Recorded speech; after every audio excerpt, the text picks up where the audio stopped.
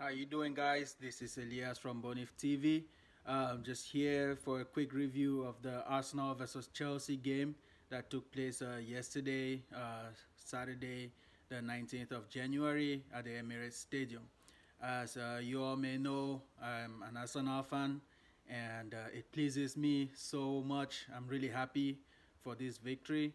It's not often in recent years that we stand up and say that we comprehensively beat Chelsea. I mean, a couple of seasons ago under Antonio Conte at the Emirates Stadium, there was a masterclass from Mesut Ozil and Alexis Sanchez. But that feels so long ago because, our team hasn't been so consistent in winning the top six. So this victory really resonates well with me. I'm really happy for it, and I hope that this helps Arsenal to put a pep in their step and go for that top four race because this victory now shows that Arsenal has it in their locker to make it up to make it up the ranks. And right now Manchester United are breathing down. And all we know is even though it's goal difference right now, we're still above them. Now we're only 3 points behind Chelsea. It could have been bad if we lost this game because I would have opened the gap to 9 points and that would have been bye-bye top four. We still have a chance to get into the Champions League through the back door, through the Europa League, but that's something that, there are big teams in the Europa League right now. You can't really focus on that. So for such a victory, we're really happy, especially losing to West Ham United, man, last week. This is much welcome right now. So we'll take it. We'll take it. I mean, any victory from now to the end of the season, we'll take it. I mean, there's some tough games coming up. We have Man City. Even in the FA Cup, we have Manchester United coming up on Friday. So that's a game that I'll be giving you a preview as well as a review like this one about. So stay tuned to our channel for updates on that game. So for this review video, guys, I'm not going to talk too much, just like all the other team Arsenal specific preview and review videos. I'm just gonna try to keep them as short as possible.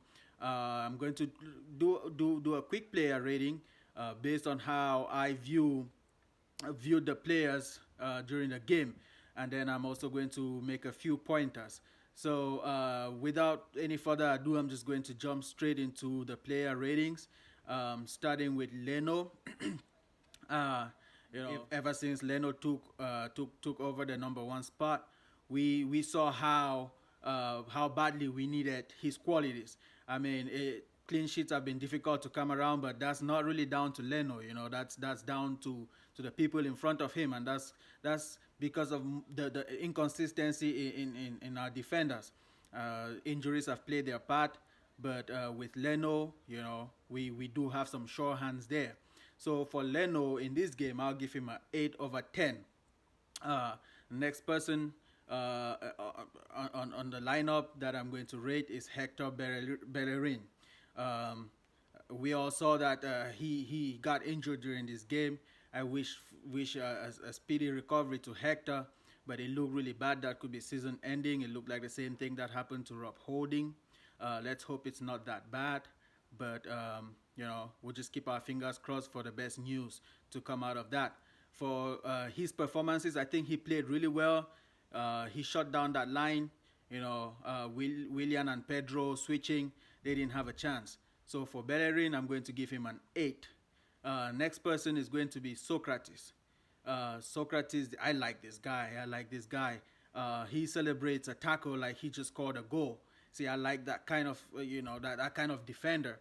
Somebody who takes pride in his job. Socrates is somebody who's not easily pushed around. He's not, he will fight back. He has that fight to him, that Greek fight, big guy. Like nobody messes with Socrates. So for yesterday's game, I'll give Socrates an 8/10. Right next to Socrates is Koscielny. I personally feel like he was man of the match. I rate him and Lacazette pretty high in that category, but he pretty much edged Lacazette because of what he did defensively. not forgetting the fact that Chelsea didn't have any out and out striker out there. He's still, I mean, you have to play what is in front of you. You have to beat who is in front of you. And for this game, I feel like Koscielny pretty much put Hazard in his pocket. And for that, I give him a 9/10. At left back, we have Kolasinac, the tank. Uh, I personally feel that Kolasinac is more of an attacking player than a defender, but yesterday he put in some defensive work, and for all his effort, I give him a 7/10. Um, Now into midfield, we had Granit Xhaka. Uh, Apart from his, his slowness to turn on the ball sometimes, he didn't do too badly. Coming up against the midfielders that he had to come up against, and us keeping a clean sheet, I'm not going to rate him low. As a matter of fact, for this video, I'm not rating anybody lower than a 7. I don't think, because I'm so happy the what our boys did was perfect. I mean, that's the kind of performance we have been craving, and we hope that this is consistent through to the rest of the season, and long may it continue. So for this game, I'll give Xhaka a 7/10. Next person is Guendouzi, Matteo Guendouzi. Ah, I just get goosebumps calling this kid's name. To think that he's 19 years of age. Last year, he wasn't even playing in the top division of any league. He was playing in Ligue 2 in France. That's France's second division. And for our scouting staff to go uproot that gem, and for what he's doing, I mean, he's punching above his weight, coming up against big time players. I mean, wow, he's something. And for all his hard work, he was all over the place yesterday. His legs don't get tired. He's so intelligent, drawing fouls. And there was a tackle on him that I personally feel like it should have been a red card, but it was just a yellow. Either way, we'll take that. For yesterday's game, I'll give Guendouzi an 8/10. Torreira, Lucas Torreira, that's another player we've needed for a long time, and we finally got that kind of player. He's in the mode of the N'Golo Kantes. But yesterday, Kante was nowhere to be found, thanks to our midfielders. And for yesterday's game, I'll give Torreira an 8/10 for all his work. Aaron Ramsey is the other player. Aaron Ramsey, what a professional. The guy already knows he's going. According to reports, he's already signed his contract with Juventus. Any other person would just sit there and earn that last paycheck, probably won't care. But this guy cares. For one, he's Arsenal through and through. He's been at the club for 10 years now. So you could see he values the club. And for all his effort yesterday, I'll give Aaron Ramsey an 8/10. Up top, we had Lacazette. Wow, what a goal. What a goal. The first touch, the following touches to get it in at that corner. I mean, the goalie had no chance, I tell you. Wow. Nothing much to say there. Everybody saw it, the celebrations, and man, his chemistry with Oba, that handshake, that gentleman handshake, man, that bro love, that's what we need. And for all his efforts, I give him a 9/10. Like I said earlier, it was between Lacazette and Koscielny for man of the match. But because Koscielny, all of his defensive effort that he put yesterday, and everything else that comes with that, he wins man of the match for this game. Accompanying Laka up top, Oba, Pierre-Emerick Aubameyang. Wow. Arsenal, our attack is just perfect. We've got the best attack. One thing I've got to say about Oba, though, he misses the easy chances. Oh, man, the really easy chances. But, oh well, he didn't get to score. But yesterday, he worked so hard. There was a tackle the man was doing in our box. I was like, what the heck is our number 14 doing out there? Like, that's a defender's job. But he was there helping the team. And for all his effort, I give him an 8/10. And now on to our substitute. First was Ainsley. Ainsley Maitland-Nice.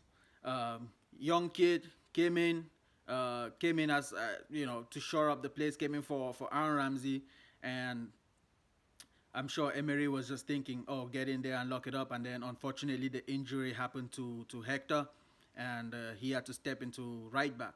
He didn't do so badly. Still shut it down. We closed out the game. Game management was pretty good, and for his effort, he gets a 7/10 from me.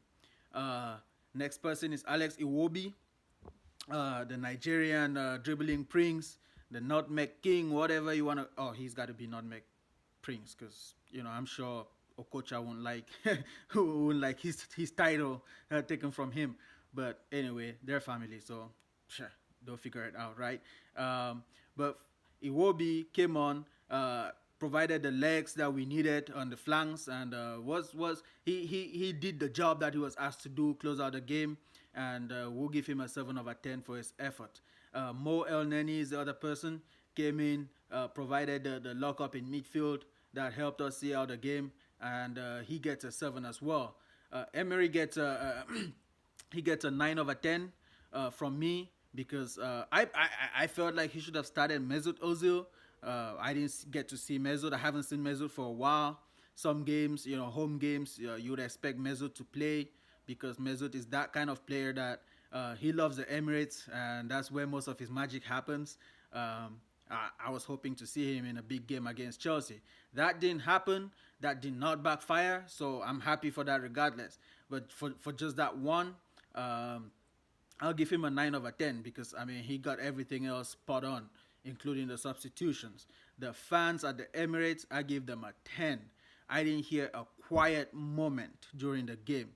The fans were behind the team. I'm sure even the guys needed a rest or a break, because the fans were making all that noise. They had to continue going, and for that I give them a 10/10. Regarding the referee, you won't get my feedback, because I'm not an expert into referees, but in our other videos you hear us talk about the referees, Blessing and I, in which we'll discuss their performances. Since he's more of an expert in that, we'll talk more on that. Last but not the least is, I really, really, really wish the best for Hector Bellerin. Hopefully he gets well soon and get back to the team as soon as possible. It really looked bad. We don't know if that's going to be this season, but whenever that is, we need him. We need him. This is a time for our board or our recruitment staff to take a look at what we've got, the injuries that we've got, and make a statement before this transfer window is over, because we're down to about 10 days for it to be over, and we haven't made any signing, and we know how badly we need defensive reinforcements. So hopefully they make a statement on that front and fix everything that's going on. That's it for my review, guys. Thank you very much for watching, and please like and subscribe, as well as like, comment, and share on Facebook. Again, our YouTube handle, YouTube is Mbonif TV, Facebook is Mbonif Sports TV, and Instagram and Twitter are Mbonif TV. Thank you very much, and talk to you soon. Bye-bye.